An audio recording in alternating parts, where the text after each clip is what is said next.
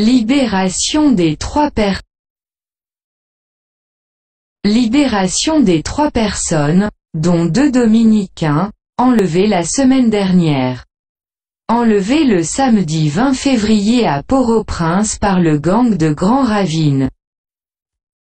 Les 2 ressortissants dominicains et un compatriote ont été libérés vendredi 26 février après avoir passé une semaine en séquestration. Antonio Reiner Campuzano Félix et Maico Enrique Campuzano Félix doivent faire leur déclaration ce samedi matin à la DCPJ avant de rentrer en République dominicaine et Junior Albert Augusma, Tineg, avant de rentrer chez lui en Haïti. Soulagé par la libération de ces techniciens qui travaillaient sur la réalisation d'un film, Vélina Charlier, l'un des responsables de Mouscafilm, la compagnie pour laquelle travaillaient Antonio Reiner Campuzano Félix, Maico Enrique Campuzano Félix et Junior Albert Augusma, Tineg, a fait savoir aux nouvellistes qu'ils ont été libérés à la suite de l'intervention des autorités haïtiennes. Ils sont libres depuis vendredi.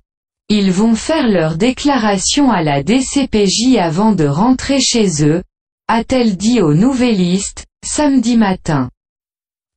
Le nouvelliste a appris que les négociations pour la libération de ces 3 personnes ont été assurées totalement par le gouvernement. On ne sait pas encore s'il s'agissait d'une libération contre rançon. Cependant, il n'y a pas eu d'intervention policière. Des vidéos qui circulent depuis vendredi sur les réseaux sociaux montrent Antonio Reiner Campuzano Félix, Maico Enrique Campuzano Félix et Junior Albert Augusma, Tineg, tout souriants se promenant dans les rues dans la zone où ils ont été séquestrés. Alors qu'ils revenaient d'un tournage à Jacmel avec plusieurs autres membres de Mouscafilm, les 3 techniciens avaient été enlevés à Port-au-Prince samedi 20 février. Leur convoi avait été attaqué par un pick-up blanc immatriculé service de l'État, avec à son bord des hommes lourdement armés. Tout allait bien sur la route jusqu'à ce que nous soyons arrivés à Fontamara où 3 véhicules ont tout fait pour scinder le cortège. Ce qu'ils ont finalement réussi à faire, avait rapporté Vélina Charlier. Le rapt a eu lieu le samedi 20 février vers 9 h du soir à Martissan, entre la 4e et la 5e avenue Bolos.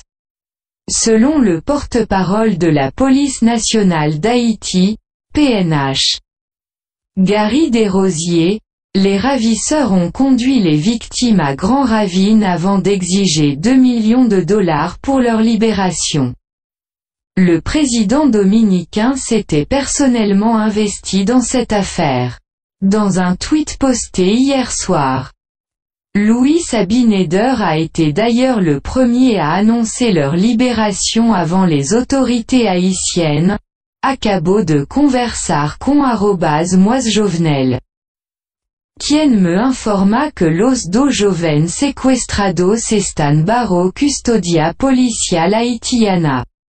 Hemos dado instrucción para que sean trasladados a la Embajada Dominicana en Puerto Príncipe. En français.